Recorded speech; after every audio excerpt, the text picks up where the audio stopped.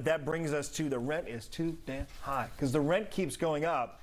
And as they continued to build apartment units over the last 10 years or so, and at 1.5 years ago, we were like #1 in the country for the most number of new apartment units coming online. I thought, are they going to outpace growth? Is there going to be so many units available that rents are going to come down? That has not happened. Rents are going up in ways that really, I think, are insane. We're talking about bidding wars over rents. Have you ever heard of such a thing?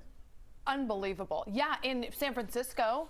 Now it's happening yes, here in and New in York Austin. City. This is crazy. You know, we had the opportunity to spend some holiday times with people who were experiencing homelessness for the first time. My family and I, we had some great conversations with the people, and I have to tell you, all but one of them, of a large group, are currently working. They are experiencing homelessness, not in these particular cases because of addiction or because of lack of employment or even underemployment. They're fully employed and not able to afford an apartment as a single person.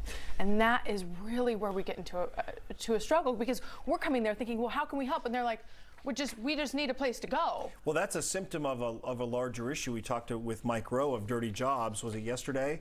Yeah, and the pay. About the workforce and the life that my dad was able to create for us in construction over a career is not the life that somebody in that same job can create for their families today, based on a range of things, including the cost of housing.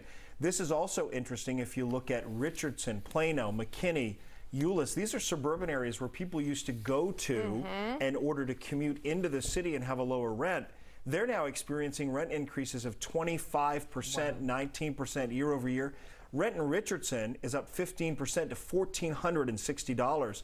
It wasn't long ago, 10 years ago when I moved here, you could rent in most of these places for $750. And good luck if you need public transportation in order to get to work, right? If you're really stretching your budget and perhaps you have one car per family, or you don't have a vehicle, or you're working on getting that, that's where it gets really tough. You move out further to save on rent, which is now expensive, and then you're like not near public transportation. Well, part of this equation, though, too, which I find interesting, Yolanda, is that these suburban communities aren't just places where people live for the sake of paying less in housing so they can travel into an urban center, but they're also becoming economic centers of their own. There are jobs in Frisco and there are jobs in McKinney, and companies are locating there. So I think that's interesting as well. And you hear people say this all the time. They're a close proximity kind of situation.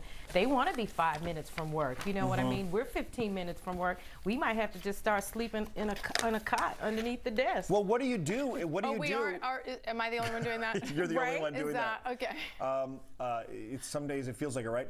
I wonder if, you know, if you're in a situation your lease is coming due and all of a sudden you're facing a $200 a month increase. That's true. I mean, that's a lot, but then the cost of moving. Yes. And that's where the landlords, I think, to some degree, almost have these tenants right where they want them, because they start weighing the cost of moving and finding something else to signing that new lease at a higher rate, and they end up getting the money. And they know people don't want to move right now at this moment during the pandemic. No. Well, it turns